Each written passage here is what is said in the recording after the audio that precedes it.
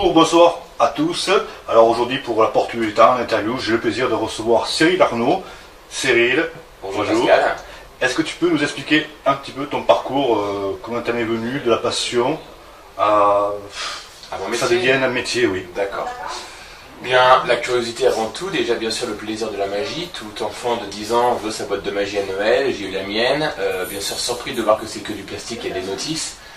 Mais j'ai toujours été quand même passionné par la magie, j'ai suivi les émissions, j'ai été après, moi je suis parisien, donc dans Paris on a beaucoup de magasins de magie, donc on a acheté j'ai acheté des petits tours, mes parents m'offraient des tours également. Et puis en fait de là, plus tard en grandissant, je me suis alors orienté sans le savoir vers tout ce qui est magie mentale, divination, prédiction, télépathie. D'accord. Là ensuite j'ai découvert le mentalisme, qui est un peu plus complexe, qui est vraiment sur le développement personnel. Et enfin l'hypnose. D'accord. Tu as fait une formation ou pas? Oui.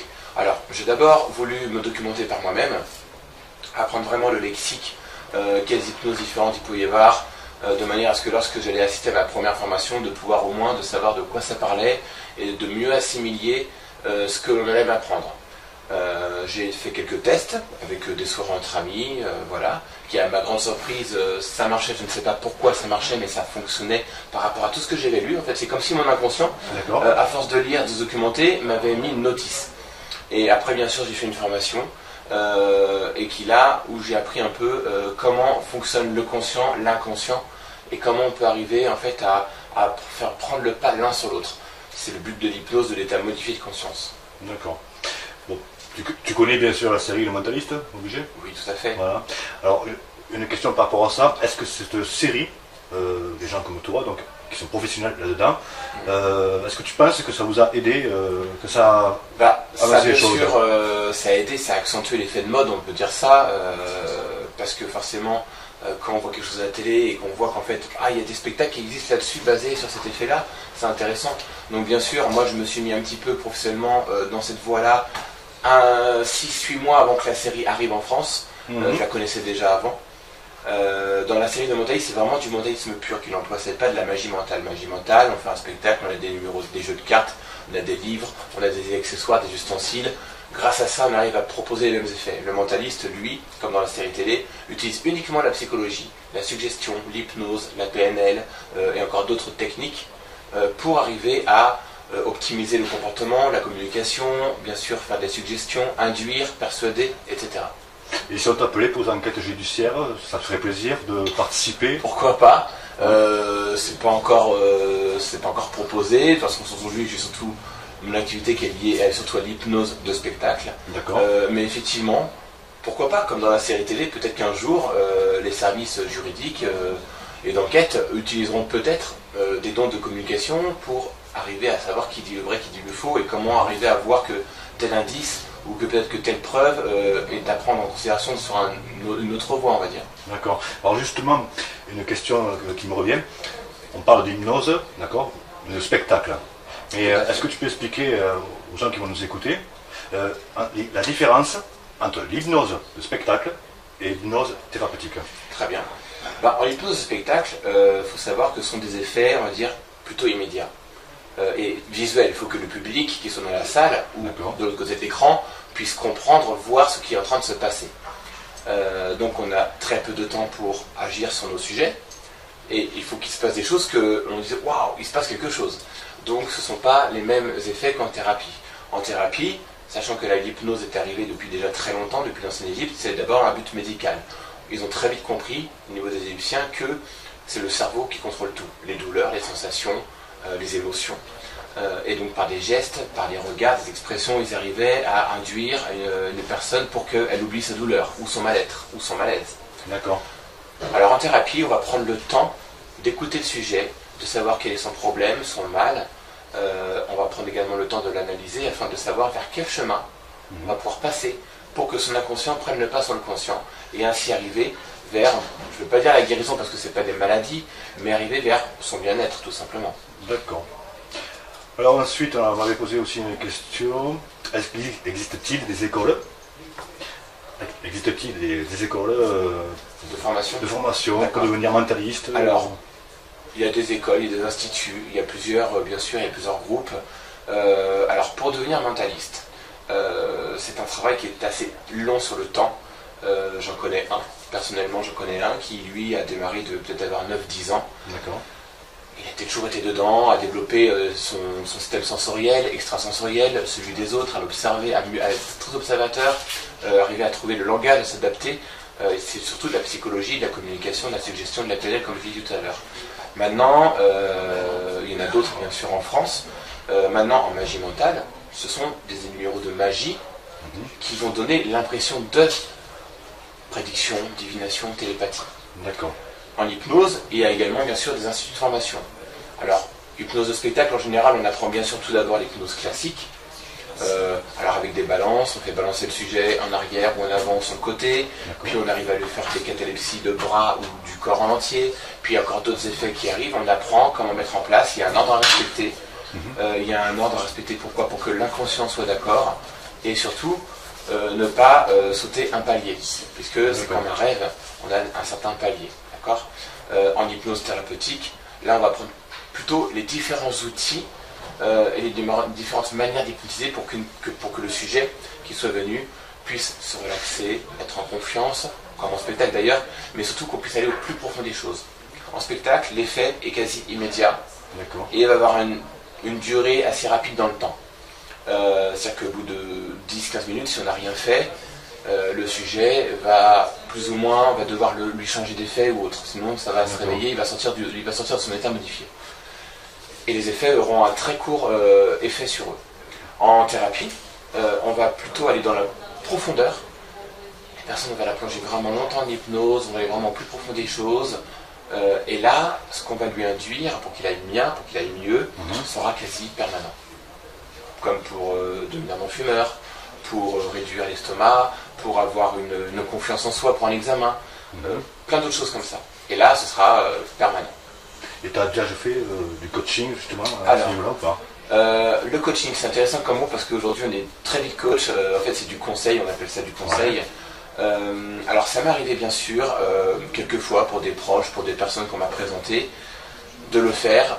Voilà, j'ai fait des inductions pour faire de la mise en confiance en soi, pour un examen, pour un permis de conduire, pour prendre la parole en public.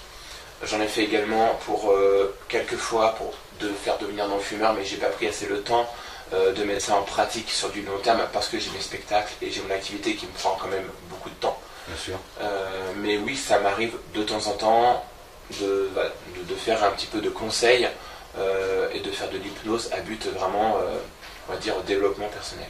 En tout cas, je sais pas si tu m'as hypnotisé tout à l'heure, mais là, ça fait un petit moment que je fume pas déjà. Ça commence bien. Parce que le conscient est occupé, donc voilà. Il ne pense plus à fumer. Alors, oui, justement, votre métier, parce qu'il y a plein de jeunes, suite aussi à la série Mentaliste, après la magie, le mentalisme. Donc, ils voudraient réussir là-dedans. Aurais-tu un ou deux conseils à leur donner? Alors, il faut savoir que aujourd'hui, tout le monde peut faire ce qu'il veut. On a de limites que celles qu'on se donne. D'accord. Maintenant, on a bien sûr des prédispositions à faire un métier plutôt qu'un autre, une activité, un loisir plutôt qu'un autre. Il n'y a pas de secret dans chaque discipline, quelle qu'elle soit. C'est bien sûr la motivation, l'envie d'eux. Et bien souvent, c'est parce qu'on aura des obstacles et que malgré les obstacles, on va quand même travailler, essayer de comprendre pourquoi ça ne fonctionne pas, de mettre en place des actions qui font faire que ça va fonctionner, qu'on va dire c'est vraiment ça que je veux faire. Plutôt que je le fais parce que c'est facile et que j'ai plus qu'à claquer les doigts pour que ça marche. D'accord ? Donc il y a bien sûr la motivation.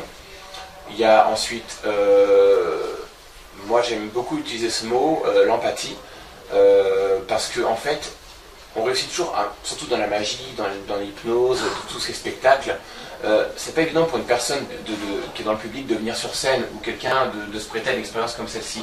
Donc quand on a une personne qu'on ne connaît pas vraiment, que cette personne crée une empathie, un degré de confiance, bah, on a envie de vivre la chose. Et c'est beaucoup plus facile, comme un tour de cartes qu'on va présenter, peu importe.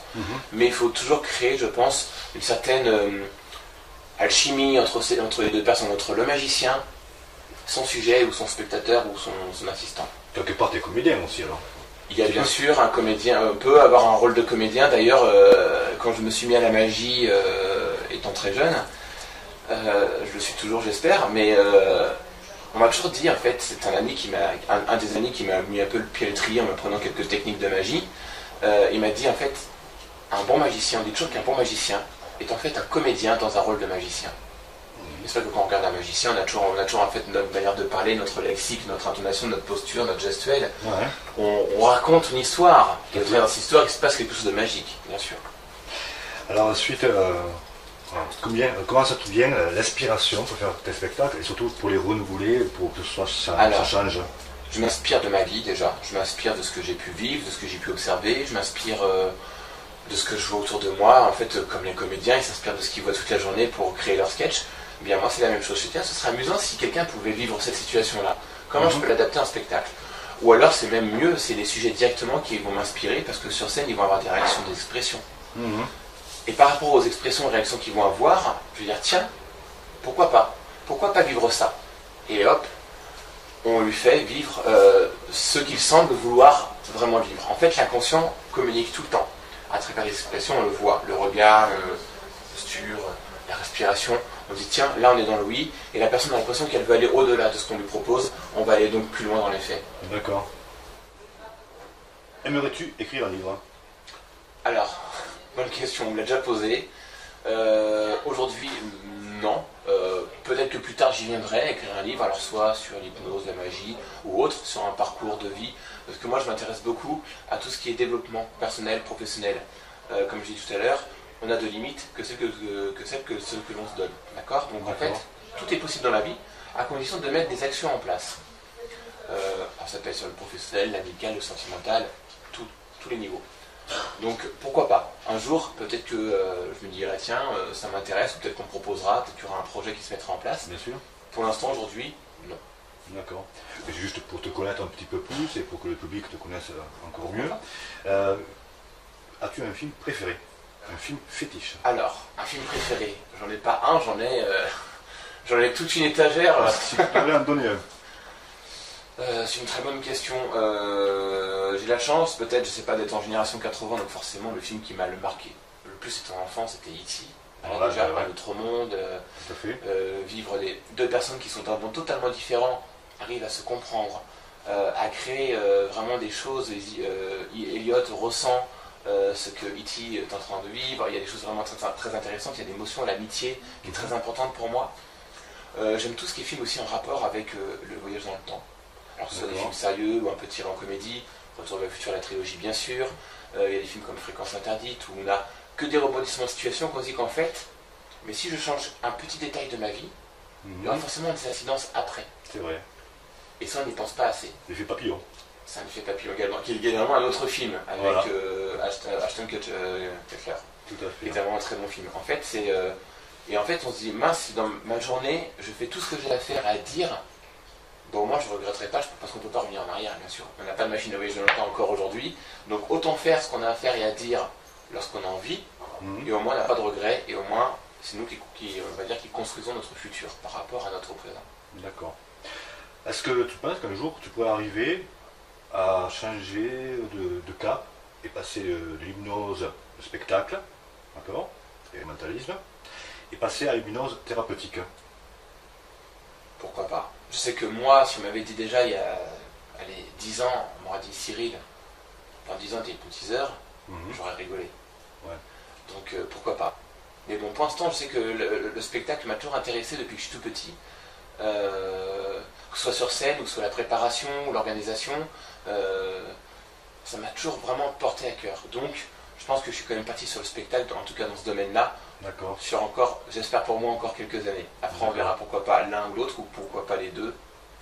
À titre de curiosité, bon, imaginons que tu ferais de l'hypnose thérapeutique, bon, tu t'y connais quand même, c'est ton métier, à part que c'est du spectacle, mais penses-tu qu'on peut essayer de déprogrammer, programmer quelqu'un qui serait psychotique?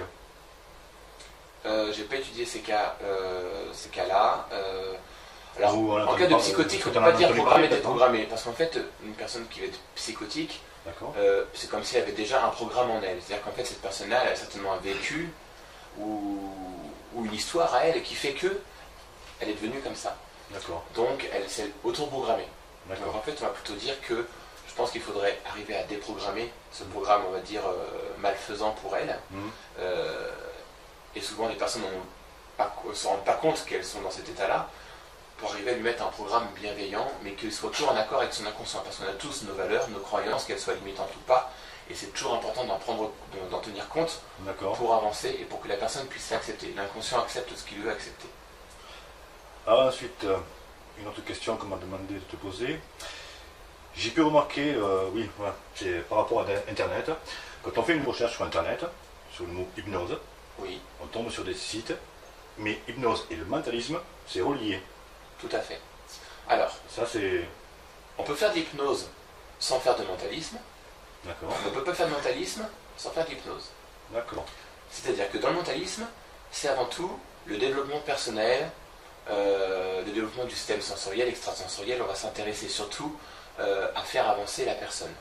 On va arriver à lui créer des connexions, on va lui faire prendre en compte que ce qui se passe autour de soi est important pour notre corps, pour notre cerveau, et en fait par rapport au comportement qu'on va avoir, on va également nous agir sur le comportement de l'environnement extérieur, les personnes, comme aussi ce qu'on peut ressentir. D'accord. Donc dans le mentalisme, il y a forcément la PNL, donc programmation neurolinguistique, la suggestion, la psychologie cognitive, la communication, l'hypnose, bien sûr. La lecture à chaud, sinon, un petit peu. Tout à fait, alors on peut dire du code reading, lecture à froid, code reading, bien sûr. Reading, mais il y a tout ça, il y a tout un ensemble, c'est vraiment beaucoup de techniques pour pouvoir se prétendre mentaliste. Voilà. D'accord. Je parle bien sûr du mentalisme, je ne parle pas des magiciens mentaux qui eux font des spectacles qui présentent des effets comme s'ils étaient mentalistes. Non, nous, les magiciens mentaux, parce que je fais également de la magie mentale, on utilise des accessoires, des techniques de présentation ou autres, et on produit l'effet de divination, prédiction télépathique. Les mentalistes, eux, comme ils sont très ouverts sur tout ce qui est communication, psychologie, PNL, etc., on peut arriver on se synchronise sur la personne, sur le sujet, et comme on s'est synchronisé, on s'est calibré un peu, on peut arriver à l'induire, à lui suggérer des choses. D'accord. Et on va avoir les mêmes pensées, donc c'est très facile de dire, ben voilà, vous avez choisi plutôt cet objet plutôt que là, parce que... Voilà. C'est deux techniques totalement différentes. Voilà. Et tes capacités, est-ce que dans la vie de tous les jours, ça te sert?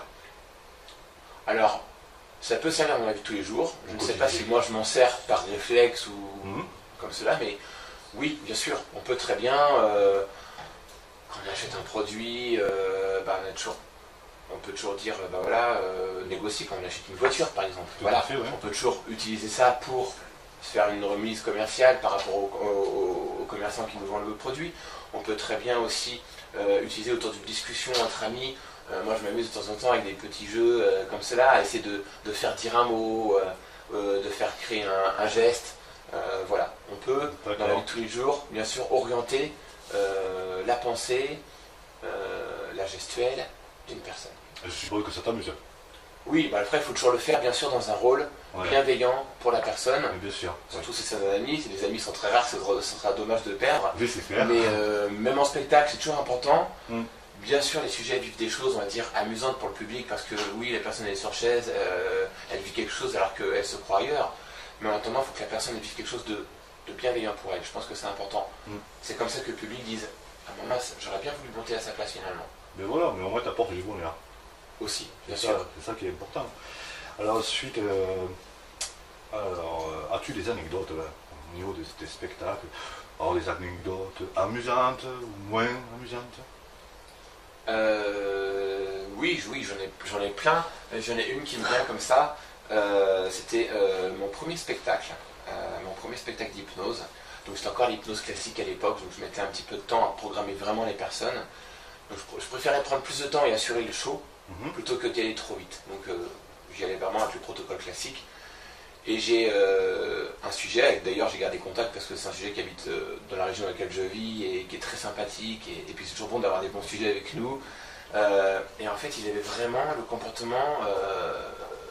Il vivait ce qu'on lui donnait. En fait, à un moment donné, c'était un effet où il pouvait boire la boisson de son choix. Il n'avait rien dans les mains. Il avait vraiment son petit verre, il faisait tourner des glaçons, il buvait.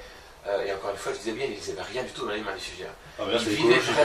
Il vivait vraiment l'induction, la suggestion, en fait. Et c'était vraiment très sympathique à voir et à vivre, parce que je me disais, d'un côté, je suis l'hypnotiseur, mais en même temps je suis spectateur. Mhm. Et c'est arrivé à mon premier spectacle, et du coup, c'est ça qui est intéressant. C'est qu'en fait, il ne faut pas que j'oublie qu'il y a un échange qui se crée entre les sujets sur scène, l'hypnotiseur et le public. Et je pense que c'est une expérience qui se passe à 3 personnes en fait. Voilà, faut pas oublier. Faut pas oublier que le public est là, il a besoin qu'on lui explique ce qui est en train de se passer, il a besoin il voit bien sûr, mais il a besoin de comprendre pourquoi. Et en même temps, il y a des réactions du sujet à prendre en compte. Et de créer comme ça, il y a un mouvement qui va être entre nous 3. D'accord. Je pense que c'est comme si on vivait quelque chose tous ensemble. Et ça, c'est important. Et on se retrouve dans un instant pour des expériences.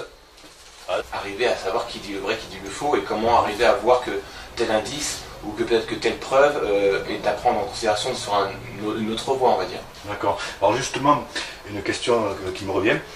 On parle d'hypnose, d'accord, de spectacle. Et est-ce que tu peux expliquer aux gens qui vont nous écouter la différence entre l'hypnose de spectacle et l'hypnose thérapeutique? Très bien. En hypnose de spectacle, faut savoir que ce sont des effets, on va dire, plutôt immédiats. Et visuels. Il faut que le public qui soit dans la salle ou de l'autre côté de l'écran puisse comprendre, voir ce qui est en train de se passer. Donc on a très peu de temps pour agir sur nos sujets. Et il faut qu'il se passe des choses que on dise waouh, il se passe quelque chose. Donc ce ne sont pas les mêmes effets qu'en thérapie. En thérapie, sachant que l'hypnose est arrivée depuis déjà très longtemps, depuis l'ancienne Égypte, c'est d'abord un but médical. Ils ont très vite compris, au niveau des Égyptiens, que c'est le cerveau qui contrôle tout. Les douleurs, les sensations, les émotions. Et donc par des gestes, par des regards, des expressions, ils arrivaient à induire une personne pour qu'elle oublie sa douleur, ou son mal-être, ou son malaise. D'accord. Alors en thérapie, on va prendre le temps d'écouter le sujet, de savoir quel est son problème, son mal. On va prendre également le temps de l'analyser afin de savoir vers quel chemin on va pouvoir passer pour que son inconscient prenne le pas sur le conscient et ainsi arriver vers, je ne veux pas dire la guérison parce que ce n'est pas des maladies, mais arriver vers son bien-être tout simplement. D'accord. Alors ensuite, on m'avait posé aussi une question. Existe-t-il des écoles des écoles de formation pour devenir mentaliste? Alors, il y a des écoles, il y a des instituts, il y a plusieurs, bien sûr, il y a plusieurs groupes. Alors, pour devenir mentaliste, c'est un travail qui est assez long sur le temps. J'en connais un, personnellement j'en connais un qui lui a démarré de peut-être avoir 9-10 ans. D'accord.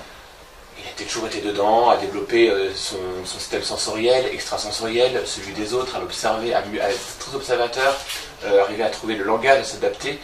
C'est surtout de la psychologie, de la communication, de la suggestion, de la PNL, comme je l'ai dit tout à l'heure. Maintenant, il y en a d'autres bien sûr en France. Maintenant, en magie mentale, ce sont des numéros de magie qui vont donner l'impression de prédiction, divination, télépathie. D'accord. En hypnose, il y a également bien sûr des instituts de formation. Alors, hypnose de spectacle, en général, on apprend bien sûr tout d'abord l'hypnose classique. Alors avec des balances, on fait balancer le sujet en arrière ou en avant ou sur le côté, puis on arrive à lui faire des catalepsies de bras ou du corps en entier, puis il y a encore d'autres effets qui arrivent, on apprend comment mettre en place, il y a un ordre à respecter. Il y a un ordre à respecter, pourquoi? Pour que l'inconscient soit d'accord, et surtout ne pas sauter un palier, puisque c'est comme un rêve, on a un certain palier. En hypnose thérapeutique, là on va prendre plutôt les différents outils, magicien, son sujet ou son spectateur ou son assistant. Quelque part t'es comédien aussi alors? Il y a bien sûr un comédien, on peut avoir un rôle de comédien. D'ailleurs, quand je me suis mis à la magie étant très jeune, je le suis toujours j'espère, mais on m'a toujours dit en fait, c'est un des amis qui m'a mis un peu le pied à l'étrier en m'apprenant quelques techniques de magie. Il m'a dit en fait, un bon magicien, on dit toujours qu'un bon magicien est en fait un comédien dans un rôle de magicien. C'est vrai que quand on regarde un magicien, on a toujours en fait notre manière de parler, notre lexique, notre intonation, notre posture, notre gestuelle. On raconte une histoire. Et dans cette histoire, il se passe quelque chose de magique, bien sûr. Alors ensuite, comment ça te vient l'inspiration pour faire tes spectacles et surtout pour les renouveler, pour que ça change?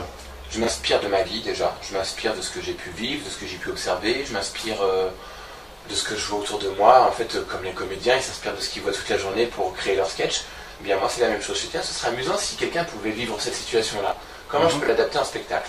Ou alors c'est même mieux, c'est les sujets directement qui vont m'inspirer, parce que sur scène ils vont avoir des réactions, des expressions. Et par rapport aux expressions et réactions qu'ils vont avoir, je vais dire tiens, pourquoi pas vivre ça? Et hop, on lui fait vivre ce qu'il semble vouloir vraiment vivre. En fait, l'inconscient communique tout le temps. À travers les expressions, on le voit, le regard, la posture, la respiration. On dit tiens, là on est dans le oui, et la personne a l'impression qu'elle veut aller au-delà de ce qu'on lui propose. On va aller donc plus loin dans les faits. D'accord. Aimerais-tu écrire un livre? Alors, bonne question, on me l'a déjà posée. Aujourd'hui, non. Peut-être que plus tard j'y viendrai, écrire un livre, alors soit sur l'hypnose, la magie, ou autre, sur un parcours de vie. Parce que moi je m'intéresse beaucoup à tout ce qui est développement personnel, professionnel. Comme je dis tout à l'heure, on a de limites que celles que l'on se donne. D'accord? Donc en fait, tout est possible dans la vie, à condition de mettre des actions en place. Alors ça peut être sur le professionnel, l'amical, le sentimental, tous les niveaux. Donc pourquoi pas? Un jour, peut-être que je me dirai tiens, ça m'intéresse, ou peut-être qu'on me proposera, peut-être qu'il y aura un projet qui se mettra en place. Bien sûr. Pour l'instant, aujourd'hui, non. D'accord. Et juste pour te connaître un petit peu plus et pour que le public te connaisse encore mieux, as-tu un film préféré? Un film fétiche? Alors, un film préféré, j'en ai pas un, j'en ai toute une étagère. Si tu devais en donner un. C'est une très bonne question. J'ai la chance, peut-être, je sais pas, d'être en génération 80, donc forcément le film qui m'a le marqué le plus étant enfant, c'était E.T. Alors déjà, un autre monde, vivre deux personnes qui sont d'un monde totalement différent, arrivent à se comprendre, à créer vraiment des choses. Elliot ressent ce que E.T. est en train de vivre. Il y a des choses vraiment très intéressantes. Il y a l'émotion, l'amitié qui est très importante pour moi. J'aime tout ce qui... Ou que peut-être que telle preuve est à prendre en considération sur une autre voie, on va dire. D'accord. Alors justement, une question qui me revient. On parle d'hypnose, d'accord, de spectacle. Et est-ce que tu peux expliquer aux gens qui vont nous écouter la différence entre l'hypnose de spectacle et l'hypnose thérapeutique? Très bien. En hypnose de spectacle, faut savoir que ce sont des effets, on va dire, plutôt immédiats. Et visuels, il faut que le public qui soit dans la salle ou de l'autre côté de l'écran puisse comprendre, voir ce qui est en train de se passer. Donc on a très peu de temps pour agir sur nos sujets. Et il faut qu'il se passe des choses que l'on dise waouh, il se passe quelque chose. Donc ce ne sont pas les mêmes effets qu'en thérapie. En thérapie, sachant que l'hypnose est arrivée depuis déjà très longtemps, depuis l'ancienne Égypte, c'est d'abord un but médical. Ils ont très vite compris, au niveau des Égyptiens, que c'est le cerveau qui contrôle tout. Les douleurs, les sensations, les émotions. Et donc par des gestes, par des regards, des expressions, ils arrivaient à induire une personne pour qu'elle oublie sa douleur, ou son mal-être, ou son malaise. D'accord. Alors en thérapie, on va prendre le temps d'écouter le sujet, de savoir quel est son problème, son mal. On va prendre également le temps de l'analyser afin de savoir vers quel chemin on va pouvoir passer pour que son inconscient prenne le pas sur le conscient et ainsi arriver vers, je ne veux pas dire la guérison parce que ce n'est pas des maladies, mais arriver vers son bien-être tout simplement. D'accord. Alors ensuite, on m'avait posé aussi une question. Existe-t-il des écoles des écoles de formation pour devenir mentaliste? Alors, il y a des écoles, il y a des instituts, il y a plusieurs, bien sûr, il y a plusieurs groupes. Alors, pour devenir mentaliste, c'est un travail qui est assez long sur le temps. J'en connais un, personnellement j'en connais un qui lui a démarré de peut-être avoir 9-10 ans. D'accord. Il a toujours été dedans, à développer son système sensoriel, extrasensoriel, celui des autres, à l'observer, à être très observateur, arriver à trouver le langage, à s'adapter. C'est surtout de la psychologie, de la communication, de la suggestion, de la PNL, comme je disais tout à l'heure. Maintenant, il y en a d'autres bien sûr en France. Maintenant, en magie mentale, ce sont des numéros de magie qui vont donner l'impression de prédiction, divination, télépathie. D'accord. En hypnose, il y a également bien sûr des instituts de formation. Alors, hypnose de spectacle, en général, on apprend bien sûr tout d'abord l'hypnose classique. Alors avec des balances, on fait balancer le sujet en arrière ou en avant ou sur le côté, puis on arrive à lui faire des catalepsies de bras ou du corps en entier, puis il y a encore d'autres effets qui arrivent, on apprend comment mettre en place, il y a un ordre à respecter.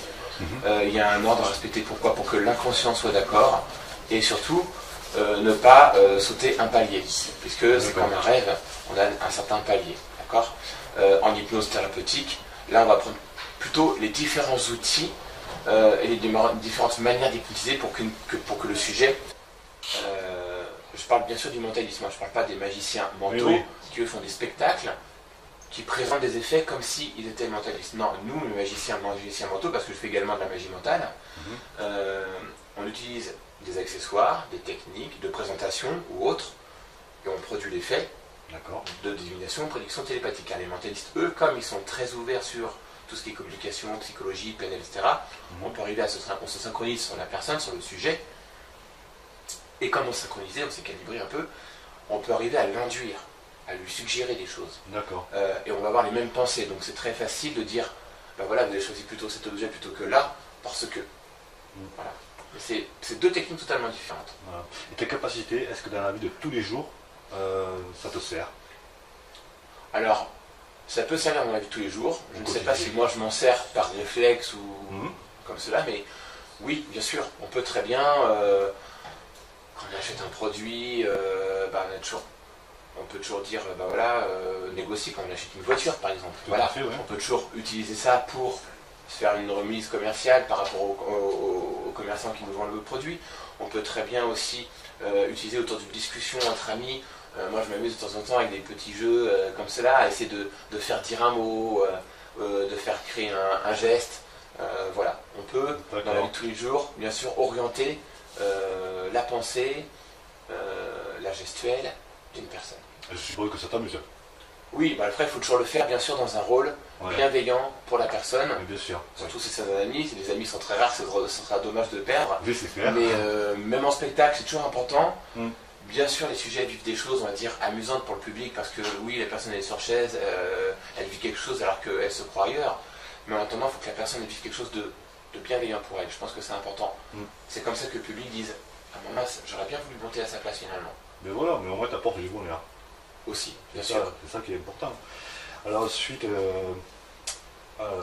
as-tu des anecdotes au niveau des spectacles? Alors des anecdotes amusantes ou moins amusantes? Oui, j'en ai plein. J'en ai une qui me vient comme ça. C'était mon premier spectacle d'hypnose.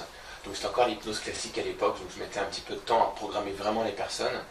Donc je préférais prendre plus de temps et assurer le show plutôt que d'y aller trop vite. Donc j'y allais vraiment avec le protocole classique. Et j'ai un sujet, d'ailleurs j'ai gardé contact parce que c'est un sujet qui habite dans la région dans laquelle je vis et qui est très sympathique. Et puis c'est toujours bon d'avoir des bons sujets avec nous. Et en fait, il avait vraiment le comportement... Il vivait ce qu'on lui donnait. En fait, à un moment donné, c'était un effet où il pouvait boire la boisson de son choix. Il n'avait rien dans les mains. Il avait vraiment son petit verre, il était tourné. Il était très observateur, arrivait à trouver le langage, à s'adapter. C'est surtout de la psychologie, de la communication, de la suggestion, de la PNL, comme je l'ai dit tout à l'heure. Maintenant, il y en a d'autres, bien sûr, en France. Maintenant, en magie mentale, ce sont des numéros de magie qui vont donner l'impression de prédiction, divination, télépathie. D'accord. En hypnose, il y a également bien sûr des instituts de formation. Alors, hypnose de spectacle, en général, on apprend bien sûr tout d'abord l'hypnose classique. Alors avec des balances, on fait balancer le sujet en arrière ou en avant sur le côté, puis on arrive à lui faire des catalepsies de bras ou du corps en entier, puis il y a encore d'autres effets qui arrivent, on apprend comment mettre en place, il y a un ordre à respecter. Il y a un ordre à respecter, pourquoi? Pour que l'inconscient soit d'accord, et surtout ne pas sauter un palier, puisque c'est comme un rêve, on a un certain palier. En hypnose thérapeutique, là on va prendre plutôt les différents outils et les différentes manières d'hypnotiser pour que le sujet qui soit venu puisse se relaxer, être en confiance, comme en spectacle d'ailleurs, mais surtout qu'on puisse aller au plus profond des choses. En spectacle, l'effet est quasi immédiat et il va avoir une durée assez rapide dans le temps. C'est-à-dire qu'au bout de 10-15 minutes, si on n'a rien fait, le sujet va plus ou moins, on va devoir lui changer d'effet ou autre, sinon ça va se réveiller, il va sortir de son état modifié. Et les effets auront un très court effet sur eux. En thérapie, on va plutôt aller dans la profondeur. La personne va la plonger vraiment longtemps en hypnose, on va aller vraiment plus profond des choses. Et là, ce qu'on va lui induire pour qu'il aille bien, pour qu'il aille mieux, sera quasi permanent. Comme pour devenir non-fumeur, pour réduire l'estomac, pour avoir une confiance en soi pour un examen, plein d'autres choses comme ça. Et là, ce sera permanent. Et tu as déjà fait du coaching justement à ce niveau-là ou pas? Le coaching, c'est intéressant comme mot parce qu'aujourd'hui on est très vite coach. En fait, c'est du conseil, on appelle ça du conseil. Alors, ça m'est arrivé bien sûr, quelques fois pour des proches, pour des personnes qu'on m'a présentées, de le faire. Voilà, j'ai fait des inductions pour faire de la mise en confiance en soi. pour un examen, pour un permis de conduire, pour prendre la parole en public. J'en ai fait également pour quelques fois pour faire devenir non-fumeur, mais j'ai pas pris assez le temps de mettre ça en pratique sur du long terme parce que j'ai mes spectacles et j'ai mon activité qui me prend quand même beaucoup de temps. Bien sûr. Mais oui, ça m'arrive de temps en temps de faire un petit peu de conseils et de faire de l'hypnose à but vraiment, on va dire, développement personnel. En tout cas, je ne sais pas si tu m'as inoptisé tout à l'heure, mais là, ça fait un petit moment que je ne fume pas déjà. Là, ça commence bien. Parce que le conscient est occupé, donc voilà. Il ne pense plus à fumer. Alors, oui, justement, pour faire ton métier, parce qu'il y a plein de jeunes, suite aussi à la série Mentaliste, après la magie, le mentalisme,